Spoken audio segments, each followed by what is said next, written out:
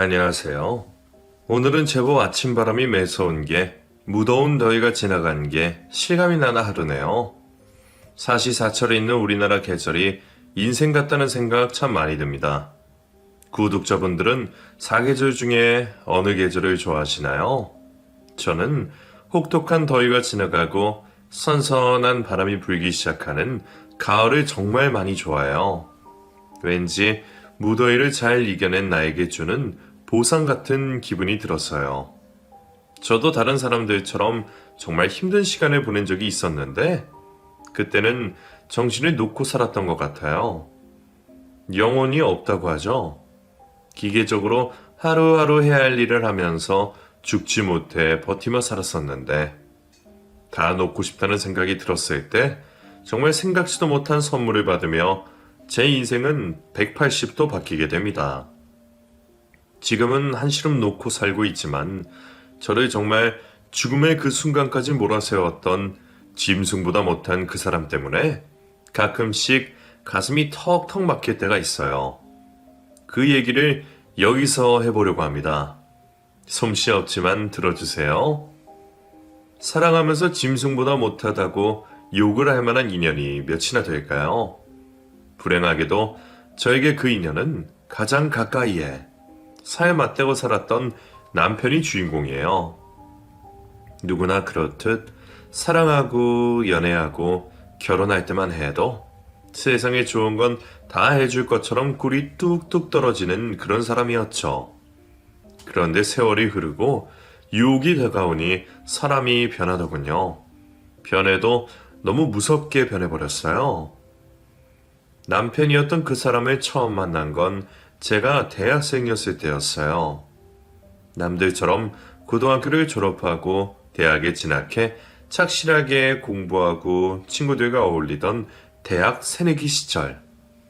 사진에 관심이 있어 동아리에 들었는데 거기서 그 사람을 만나게 된 거죠. 처음에는 서로 동아리 선후배로만 지냈어요. 군대를 제대하고 복학한 그 사람은 저보다 나이가 5살이나 많아 까마득한 선배였고 다가가기가 어려웠거든요. 동아리방에서 마주칠 때면 늘 무심한 눈빛으로 저를 쳐다봤고 그가 어려웠던 저도 거리를 두고 지냈었는데 어느 날 그 사람이 고백을 하더군요. 저에게 관심이 있다면서요. 전혀 예상도 못했고 티도 나지 않았던 사람이 그렇게 말을 하니 저는 깜짝 놀랐죠. 그리고 정중히 거절을 했어요. 그 사람은 몰라도 저는 마음이 전혀 없었거든요. 그때부터 그 사람의 구애가 시작됐어요. 거절받았다고 주눅들어 단념하는 그런 사람이 아니었거든요.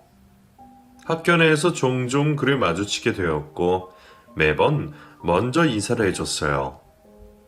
동아리에서 출사를 나갈 때면 무거운 짐은 그가 도맡아 들어주고 길이 험한 곳에는 제 옆에 붙어서 에스코트를 해주더군요. 알게 모르게 곁에서 저를 배려해주는 그의 행동에 소문이 금세 돌았어요. 그 사람이 저를 좋아한다는 소문이요. 주위에서 그와 저를 자꾸 엮어서 얘기하기 시작했고 그 모든 것들이 저도 싫지만은 않았습니다. 감정이라는 게 없다가도 생기는 거잖아요. 남자가 마음 먹고 저에게 대시하는데 매너 있고 어른스러운 모습이라 저도 설레기 시작한 거죠. 결국 저희는 연인이 되었고 7년 후 결혼까지 하게 되었어요. 저는 처음으로 사귄 사람과 결혼까지 하게 된 거고요. 연애할 때 저에게 참 잘해줬어요. 7년 내내 데이트하는 날에는 늘 집까지 데려다 주었고 사람이 예의가 발라서 저희 부모님께도 살갑게 잘했고요. 연애만 하지 말고 어서 결혼하라는 소리가 저희 집에서 먼저 나올 정도였으니 저희 부모님의 신뢰가 어느 정도였는지 예상이 되시죠? 그 사람 집에서도 결혼 얘기가 종종 나왔어요. 그래서 7년 뒤 결혼식까지 하게 됐고요. 많은 사람들의 축하 속에 결혼식을 올리고 이후 15년의 결혼생활 동안 2명의 아이가 생겼어요. 딸 하나, 아들 하나. 첫째는 아빠를 닮았고 둘째는 저를 닮았는데 어쩜 그리 판박이로 닮았는지. 결혼 생활하는 동안 남편과 두 아이는 제 인생의 전부였어요. 전업주부로 남편 뒷바라지에 아이들 육아에 전념한 시간이었지만 한 번도 후회한 적이 없습니다. 주변 지인들이 저더러 너무 맹목적이라고 싫은 소리들을 많이 했거든요. 나 이제 집에 들어갈 시간이야. 오늘도 커피 잘 마셨어? 벌써 들어가? 진짜 우렁각시가 따로 없다. 차 마시고 저녁도 먹고 들어가. 안 돼. 그 점심도 시원찮게 먹었을 거야. 나 없다고. 요즘 시대에 굶고 사는 것도 아닌데 간단하게 먹어도 되지 뭘 그리 신경 써? 그러지 말고 오랜만에 나왔는데 더 이따가 들어가. 어? 미안해. 또 만나자. 어? 아이고 정말 못 말린다 못 말려. 가끔 있는 친구들과의 모임 자리에서도 제일 먼저 일어나는 사람은 늘 저였어요.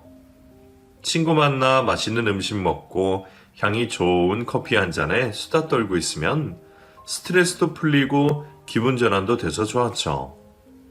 저도 싫어서 먼저 일어나는 게 아니었어요. 그런데 자꾸 신경이 쓰이는 걸 어쩌겠어요. 남편은 제가 없으면 맛이 없다면서 밥도 제대로 안 먹는 사람이었거든요. 주중에 열심히 일하고 주말에 겨우 쉬는 사람인데 보양되는 밥이라도 먹어야지 싶어 얼른 집에 가고 싶은 마음이 드니 그 자리가 저에겐 가시방석이 될 수밖에 없었거든요. 그런 일이 계속 반복이 되니 저더러 유별스럽다며 핀잔을 주고는 했죠. 친구들이. 그러면서 꼭 덧붙이는 소리가 그렇게 남편만 바라보다간 큰 코 다친다는 말이었어요. 지연아, 너 말이 심하다. 아무리 그래도 친구한테 그런 말을 하니? 아, 기분 나빴어? 미안해. 그냥 하는 소리였는데.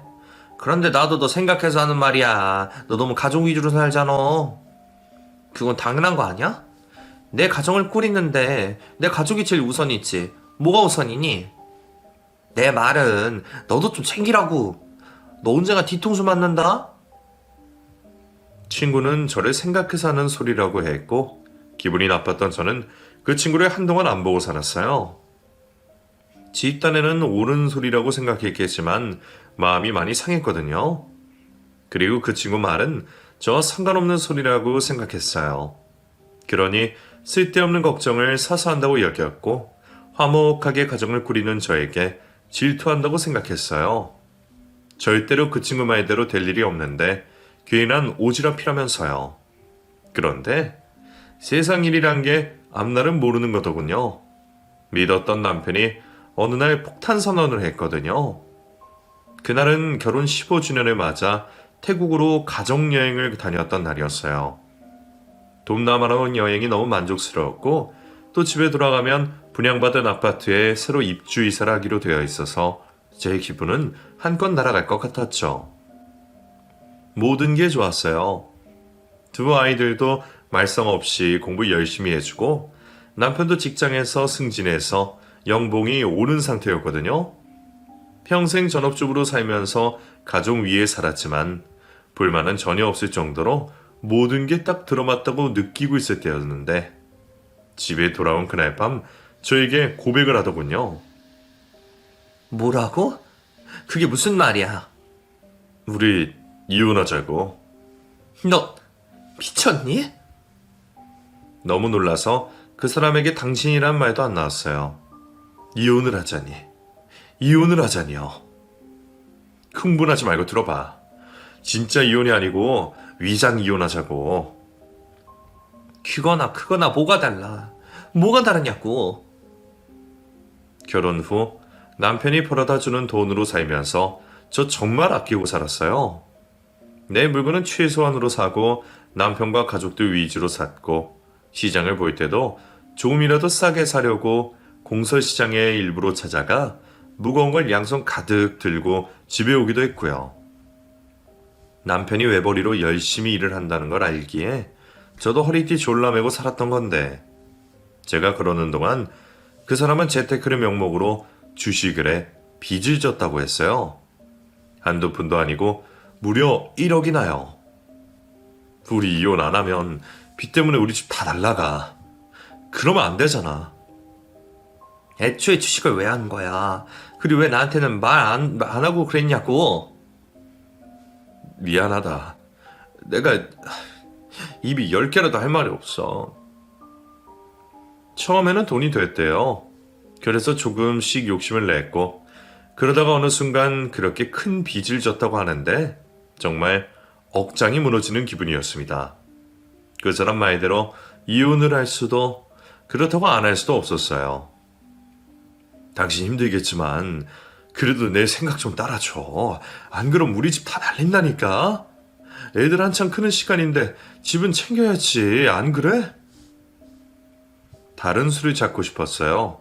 이혼만은 안 된다고.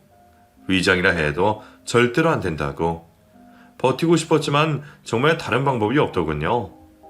양가 어른들께 도움을 요청해볼까 생각도 해봤지만 1억이나 되는 돈을 해결해 주실 수는 없을 것 같았어요. 그리고 아들 하나 바라보고 사시는 시어머님. 혹시 놀라서 쓰러지시지는 않을까 걱정도 됐고요.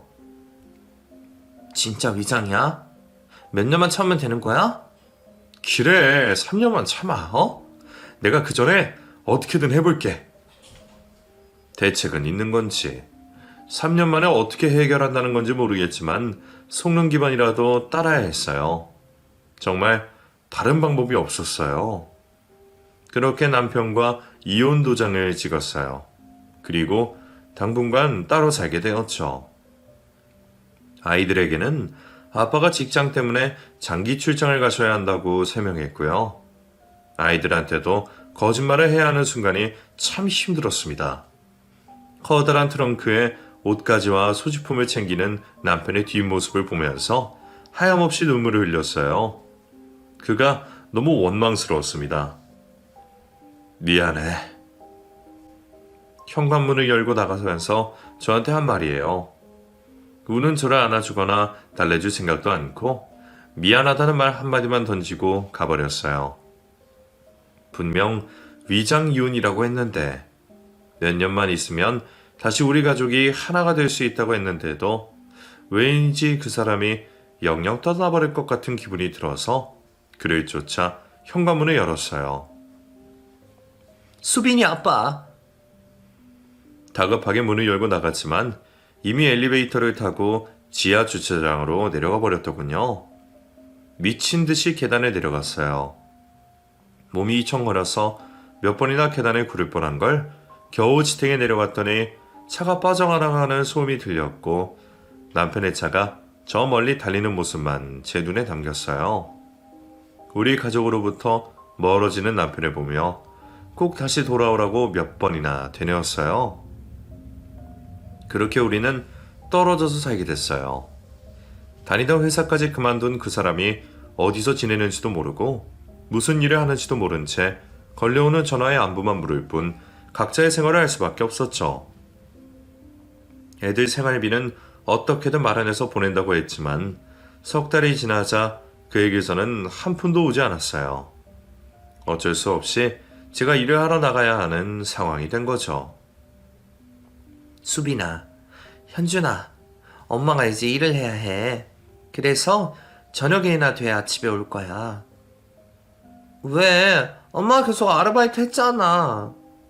그걸로는 안 될 것 같아. 수빈이 네가 누나니까 엄마 올 때까지 현준이 좀 챙겨줘. 알았지? 두 아이에게 집안에 일어난 일을 모두 얘기해 줄 순 없었어요. 알려야 하는 취소한만 알린 채 그동안 하지 않아도 될 일을 하도록 해야 했죠. 눈치가 빤한 첫째는 제 표정만 보고도 알겠다고 했고 이제 6학년이 된 둘째는 싫다고 어리광을 부리는데 그 모습을 보면서 정말 많이 속상했습니다. 어떻게 한순간에 이렇게 달라질 수 있는 건지 마치 꿈 같다는 생각도 들었어요. 자고 일어나면 몇 달 전으로 돌아가 있었으면 좋겠다고 수도 없이 생각했죠.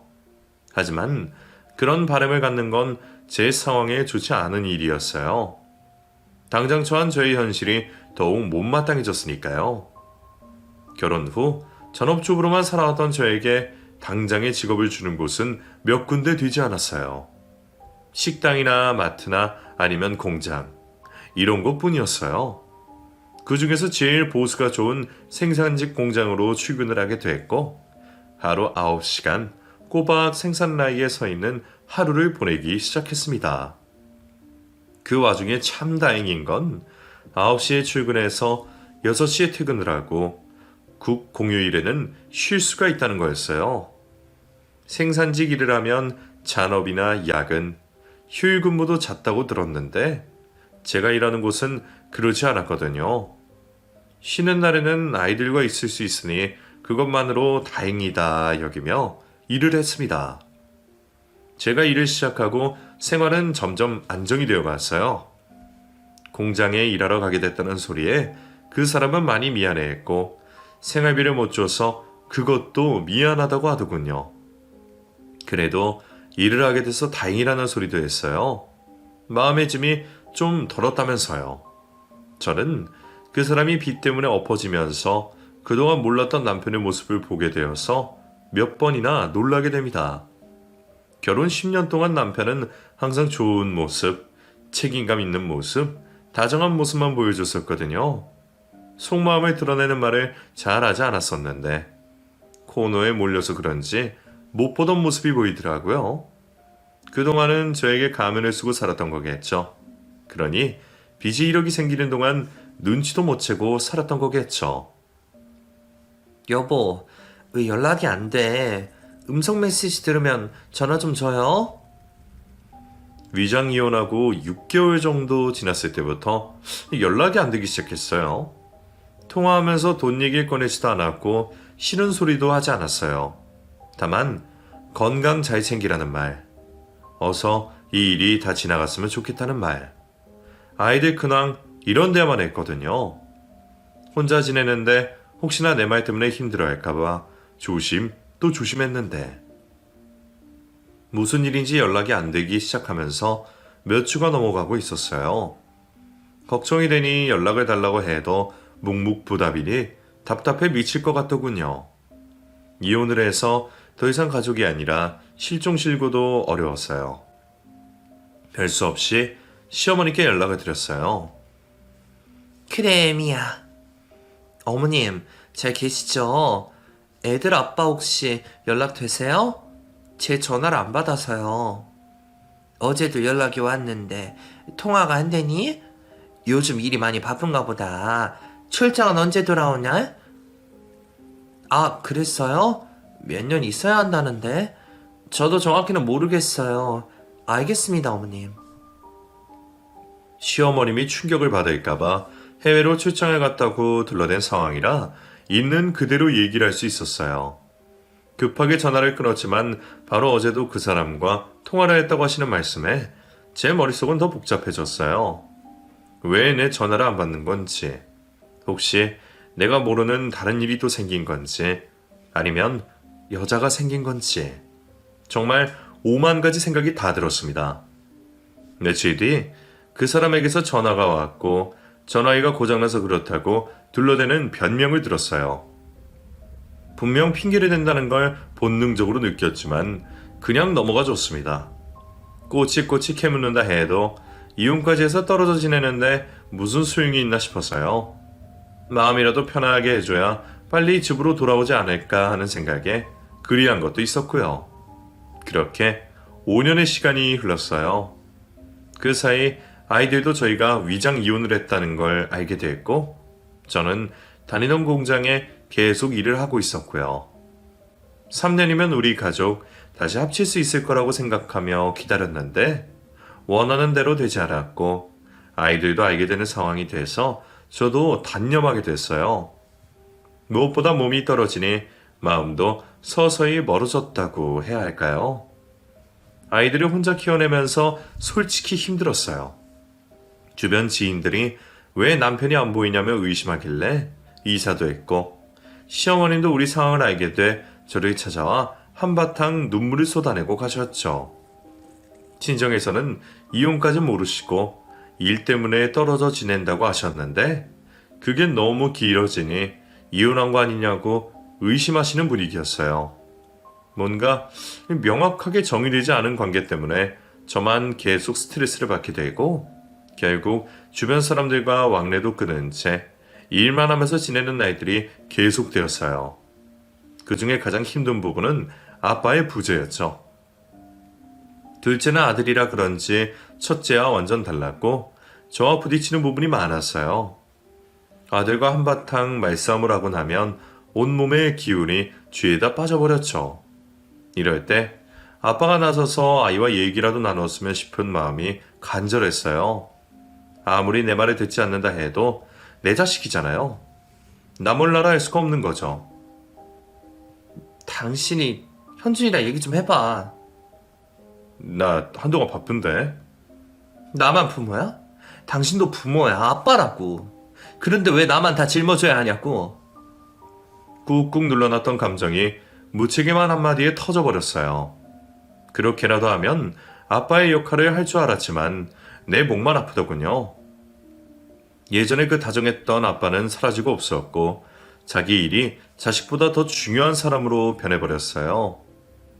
위장이혼을 하고 5년 동안 그 사람은 그렇게 완전히 다른 사람이 되어버렸습니다. 남편으로서, 아빠로서 아무런 역할도 하지 않는 빈 껍데기만 남은 존재가 되었어요. 그래도 일말의 희망이 남은 건 그 사람이 다시 집으로 돌아온 거였어요. 일이 다 해결되었고 다시 혼인신고를 하자며 집으로 들어오더군요. 혼자 아이를 챙기며 아등바등 5년을 살아냈는데 남편이 막상 집에 들어온다고 하니 얼떨떨하지만 했어요. 버티느라 힘들었던 거죠, 저도. 그러니 그 사람의 등장이 그리 반갑지 않았고요. 5년 전 끌고 나갔던 그 트렁크를 질질 끌고 다시 집으로 돌아오는 그를 보며 무덤덤하게 서 있기만 했어요. 그랬더니 제 손을 잡고 말하더군요. 당신 그동안 고생 많았어. 나 때문에. 내가 앞으로 당신 호강시켜줄게. 우리 혼인신고도 다시 하고 남은 여생 100년 해로 합시다. 알았지? 미안하다면서 저를 끌어안는 그 사람이 서먹하고 어색했어요. 그리고 그 옷에서 나는 냄새로 낯설었고요. 희미하게 달큰한 향이 나는 게 꼭 여자 향수 같더군요. 당신 향수 뿌려? 어? 향수? 아니, 내 옷에 무슨 냄새나? 뭔가 이상했지만 오랜만에 가족이 한자리에 있는데 딴지 굴고 싶지 않았어요. 다니던 회사를 그만두고 보험업을 시작했는데 여성 고객을 상담하고 와서 그런가 보다 하니 그런 줄로만 알았고요. 그런데 그 향기가 중요한 단서였다는 걸 나중에 알게 됩니다. 알고 봤더니 그 사람에게 내연의 여자가 있었더라고요. 여성 고객으로 위장한 내연의 여자요. 그 인간이 다른 여자가 있다는 걸 처음 목격한 사람은 바로 우리 큰딸이었어요. 큰딸은 고3 수험생이었는데 수학 성적 때문에 고민이 많았어요. 그래서 저에게 쪽집게 과외를 시켜달라고 부탁을 하더군요. 엄마, 나도 엄마한테 부담 주기 싫은데 내 이번 시험 진짜 잘 치고 싶어. 수학만 챙기면 돼. 한 번만, 응? 이번 시험만. 딸은 가고 싶은 대학이 있었고 내신 점수가 반영이 많이 되는 곳이라 신경이 많이 쓰이는 것 같더군요. 워낙 어려서부터 알아서 공부하고 알아서 크는 아이라 한 번도 제 속을 썩인 적이 없던 아이라 부담이 돼도 해줘야겠다는 생각이 들었어요. 그래서 듣게 된 수학 쪽집게 과외. 그날 그곳에서 수업을 하고 나오는 길에 바로 옆집에서 웬 여자와 나오는 자기 아빠를 마주쳤고 자연스럽게 팔짱을 끼고 있는 모습을 두 눈으로 똑똑히 목격하게 된 겁니다. 수빈이가 본 게 뭔지 해명해봐. 당신 진짜 여자였어? 정말 살림이라도 차린 거야? 그게 아니라 있잖아. 제대로 말해보란 말이야. 바람 피운 사람이 무슨 할 말이 있겠어요. 제 앞에서 우물쭈물 말도 제대로 못하고 서 있는데 절대로 바람은 안 피웠다는 말은 안 하더군요. 바람 났다는 걸 인정하는 행동이었어요. 기가 찼습니다. 그동안 그 사람이 산 똥 때문에 가슴 졸이고 힘들게 살아왔는데 그 모든 걸 버틴 거 저인데 정작 원인 제공자는 다른 여자 옆에 끼고 희희낙낙 살았다는 게 믿을 수가 없었어요. 배신감에 가슴에 통증이 왔어요. 심장이 멎을 것 같더라고요. 숨도 제대로 쉬어지지 않아 쓰러진 제 곁에 딸이 놀라 달려왔어요. 엄마, 괜찮아? 엄마, 여보! 엄마한테 손대지 말아요. 더러워, 진짜. 딸은 지 아빠를 향해 나를 세웠고 더럽다는 말에 놀랐는지 그 사람은 집에 나가버렸어요. 수빈아, 어쩌면 좋니? 저는 바닥에 널브러져 대성통곡을 했습니다. 너무 억울했어요. 지나간 시간들이 억울했고 남편의 배신이 원통했습니다. 딸은 저를 끌어안고 함께 울었어요. 딸도 얼마나 힘이 들었겠어요.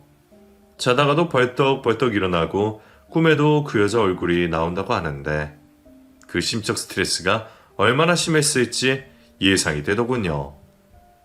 집을 나가버렸던 그 사람은 며칠 뒤에 나타났어요. 그리고 저에게 다시 이혼을 하자고 하더군요.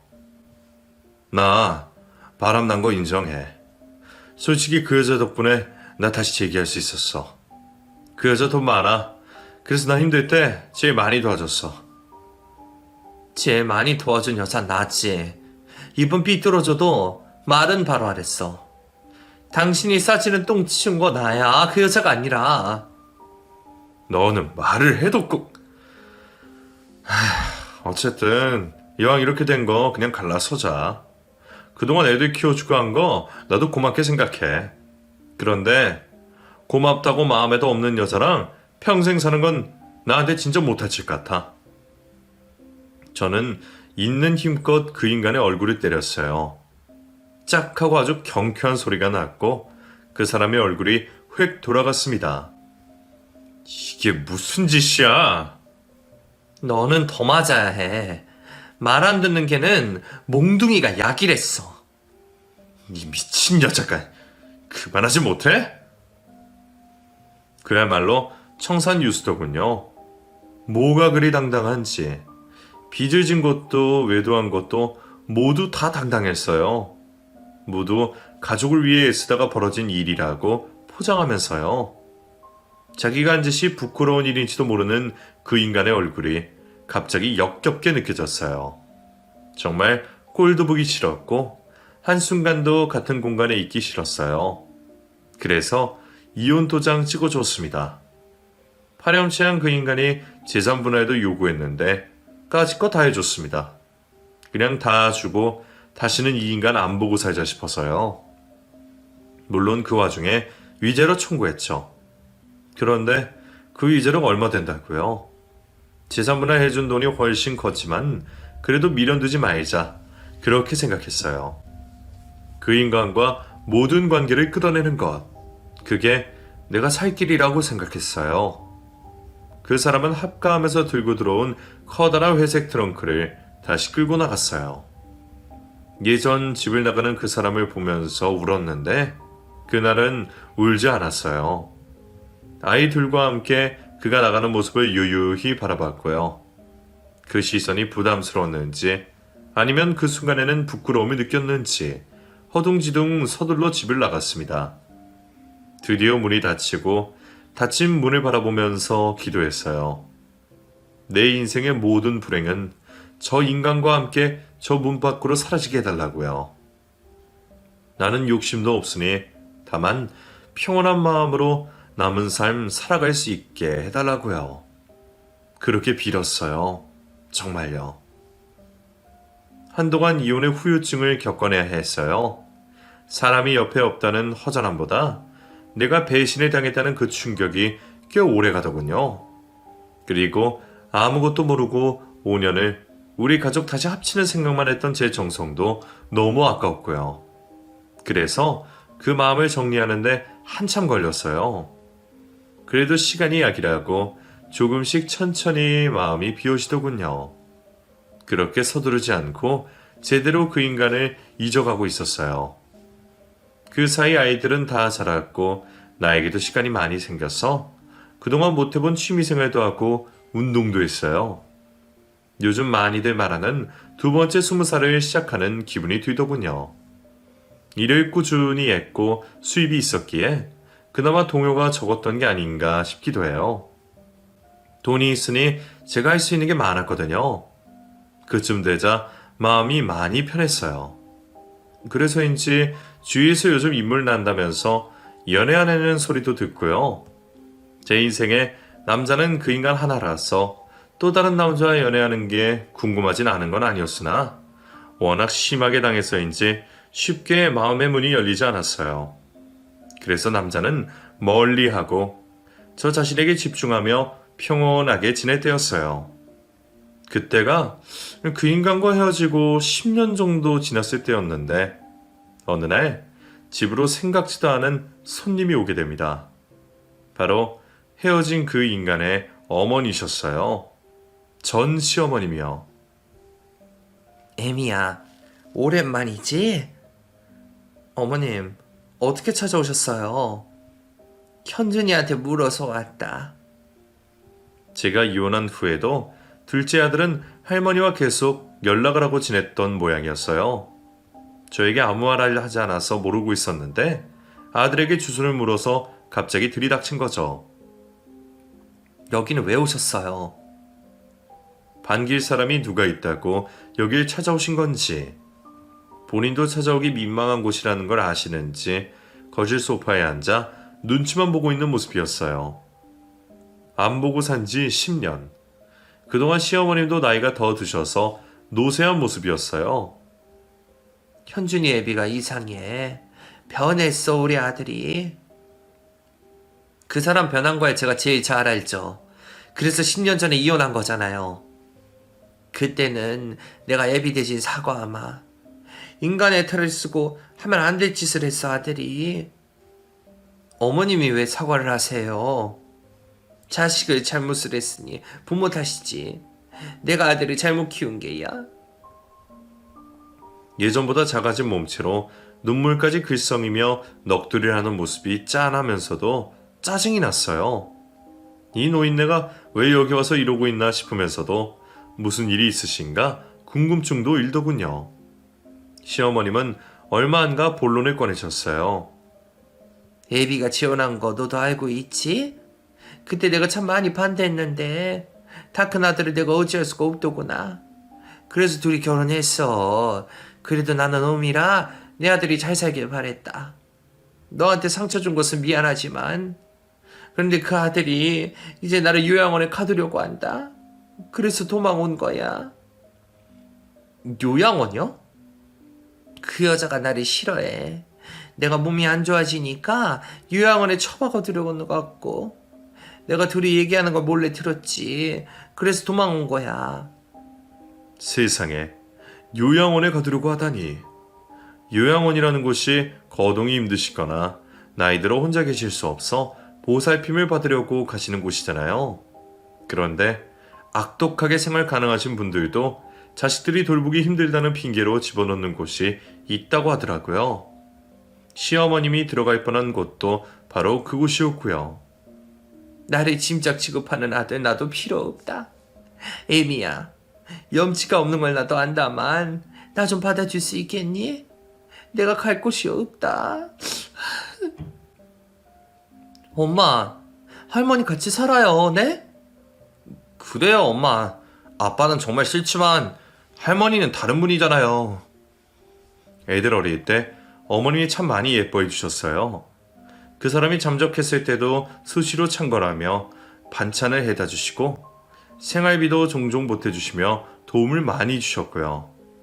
그때 그 정을 아이들도 잊지 못하는지 할머니와 함께 살고 싶다고 계속 말하더군요. 노무가 울면서 저에게 사정을 하는데 차마 내칠 수가 없었어요. 아예 모르는 사람이라도 이 상황이면 거절하기 힘들 텐데 한때는 어머님이라고 부르며 지내던 사이에 매몰차게 할 수 없더라고요. 머리는 안 된다고 거절하라는데 마음은 그렇지 않으니 고민이 많이 됐어요. 말을 못하고 머뭇거리고 있는데 시어머님이 앙상한 손으로 제 손을 잡으시고는 간절하게 저를 쳐다보셨어요. 그 눈을 보고는 저도 승낙을 해버렸습니다. 어머님, 당분간이에요. 아셨죠? 고맙다. 고맙다, 에미야. 어머님은 눈물까지 흘리며 몇 번이나 고맙다고 하셨습니다. 그 모습을 보는데 저까지 짠해져서 눈물이 고일 정도였어요. 대체 그 사람은 왜 인생을 이렇게도 난장판으로 사는 건지, 하나 남은 자기 부모조차 이렇게 궁지에 몰리게 해야 하는지 도통 이해가 되지 않았어요. 애초에 이해가 되는 인간이었으면 이혼하지도 않았겠지만 말이에요. 그렇게 저희 집의 식구는 한 명이 더 늘어 4명이 되었어요.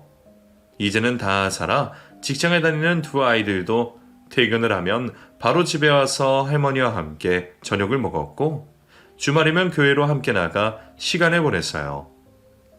처음 우리 집을 찾으셨을 때 어두웠던 어머님의 표정도 많이 밝아졌고 웃음도 많아지셨어요. 그리고 늘 저에게 고맙다는 말씀을 아낌없이 하셨고요. 너는 속이 없니? 그 인간 엄마를 네가 왜 모셔? 엄마 작게 말해. 어머님 다 들어.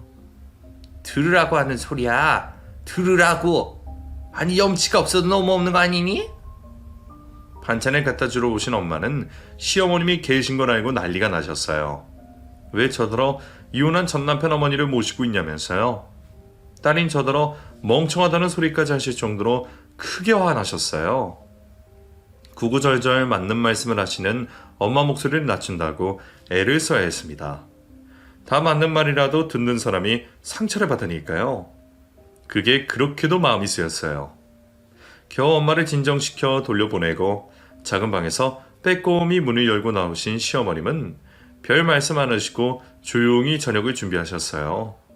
제가 한다고 해도 괜찮다면서 꿋꿋하게 쌀을 씻고 계신 어머님을 보고 있자니 마음이 정말 불편했습니다.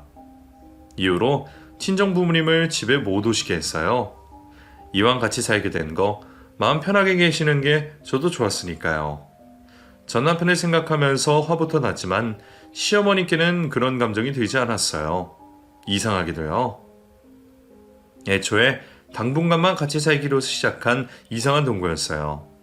정말 당분간만 살 거라고 생각했는데 어느새 1년이 지났고 그 1년 동안 저희 가족 많이 웃으면서 보낼 수 있었어요. 아빠의 빈자리로 우리 가족에서 허전함이 있었는데 시어머님이 그 부분을 채워주셨죠. 아마 그것은 사랑이었던 것 같아요.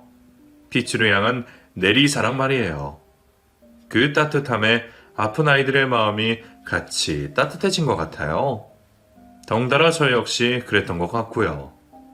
그리고 그 마음이 오래 갈 거라고 생각했는데 역시나 인생은 그리 호락호락하지 않았습니다. 시어머님의 지병이 악화되기 시작했거든요. 어머님은 이미 암 환자로 저희 집에 오셨어요. 우리에게는 비밀로 하고 있었는데 꼬박꼬박 챙겨 드시는 약과 정기검진을 다니는 모습에서 어느 정도 예상은 하고 있었습니다. 그런데 같이 산 지 1년 정도 지나면서 급격히 악화되기 시작했어요. 그리고 어느 순간 누워서 일어나시지 못하시게 됐습니다. 어머님, 병원으로 가세요. 집에서 이러고 있을 게 아닌 것 같아요. 아니다. 아직은 괜찮아. 병원비 때문에 그러시는 거라면 걱정 마세요. 그냥 병원으로 가세요. 몇 번이나 병원 입원을 권했지만 어머님은 고집을 부리셨어요. 내 병은 내가 안다고 그러시면서요. 결국 정신을 잃을 정도로 통증이 심해지고 나서야 병원으로 실려가셨고 그곳에서는 의사는 얼마 남지 않았다는 말을 했습니다. 유방암입니다. 5년 전에 수술을 하셨지만 3년 전 재발하셨어요. 그러고도 이 정도 버티신 건 정말 기적입니다. 어머님의 병을 듣고 얼마나 놀랐는지 모릅니다. 설마 암일 줄이야. 게다가 마음의 준비를 하라는 의사의 말에 더욱 절망했고요. 의식을 잃은 어머님이 정신을 차리시기만을 기다렸어요. 어머님께 하고 싶은 말이 많았습니다. 원망하고 미워했던 지난날의 제 모습을 사과드리고 싶었어요. 늘 자식이 잘 되기만을 바라셨는데 그 마음에 화답드리지 못했던 모자란 며느리였던 저를 용서 구하고 싶은 마음이었어요. 하지만 어머님은 정신을 차리지 못하시었고 며칠 뒤 조용히 숨을 거두셨습니다. 어머님, 어머님 눈 떠보셔요. 이렇게 가시면 어떡해요? 안 돼요. 안 돼요, 어머님. 병실은 눈물바다가 되었고 저는 숨을 거둔 어머님을 붙들고 절규했습니다. 아이들도 눈물을 흘리며 할머니를 불러댔고요. 그 병실 안에는 저와 아이들만 있을 뿐 평생을 사랑하셨던 본인의 아들은 어디에도 없었어요. 당신 아들은 임종조차 지키지 않았던 거죠. 곧 장례가 치러졌습니다. 도통 연락이 닿지 않는 아들을 대신해 제가 장례식장을 차렸어요. 마지막 가시는 길 제대로 마무리해드리고 싶었어요. 어머님 지인들은 잘 알지도 못해 문상객도 몇 없는 장례식장에 멍하니 앉아있는데 그 대단한 아들이 나타났습니다. 며느리란 여자는 코빼기도 보이지 않고 홀몸으로 나타났어요. 당신 뭐하는 인간이야? 왜 전화를 안 받아? 문자라도 보면 연락을 했어야지. 해외 나가 있었어. 뭐? 그 잘난 와이프와 해외 여행이라도 다녀온 모양이었어요. 정말 어처구니가 없더군요. 고맙다. 닥쳐. 너한테 그런 소리 듣고 싶어서 이러고 있는 거 아니니까. 그 사람은 어머님이 영정사진을 보면서 절을 했습니다. 눈물 한 방울 흘리지 않으면서요. 얼떨떨한 것 같았어요. 갑작스러운 이런 상황들이요. 마지막 절을 하면서 한참을 일어나지 않고 엎드려 있더니 곧 일어나 한마디 하더군요. 엄마, 장례 좀 부탁하자. 도저히 내가 못하겠어. 뭐? 당연히 상주를 맡아야 할 아들이란 작자가 저더러 부탁을 하다니요. 어이가 없어서 말을 못하고 있자 서둘러 그곳을 벗어나 가버렸어요. 그 모습을 보고 쫓아온 아이들은 자기 아버지라는 것도 있고 저에게 욕을 해댔고요. 정말 답없는 인간이구나 싶더군요. 진짜 짐승만도 못한 그런 인간이었어요. 이미 그 인간에게 당한 게 한두 가지라야 말이죠. 저는 그 사람에 대한 기대를 줬고 제가 상주를 했습니다. 그리고 화장을 하고 조용한 곳에 어머님을 모셨어요. 가족끼리 치르는 단촐한 장례를 마치고 집에 돌아와 어머님의 방으로 갔습니다. 희미하게 배어있는 어머님의 향기. 그 향기에 눈물이 쏟아졌어요. 한참을 꺽꺽거리며 울고 나서 정신을 차린 후 저는 제 방으로 흐느적 기어갔습니다. 도저히 그 방에 더 있을 수가 없더라고요. 방으로 가 옷을 갈아입고 누우려니 긴장이 풀려 그런지 한기가 들었어요. 장롱을 열고 두꺼운 이불을 꺼내는데 뭔가 툭 하고 떨어지는 거예요. 가만 보니 작은 상자였고 처음 보는 거였습니다. 이상해서 상자를 열어보니 그곳에 편지와 통장이 있었습니다.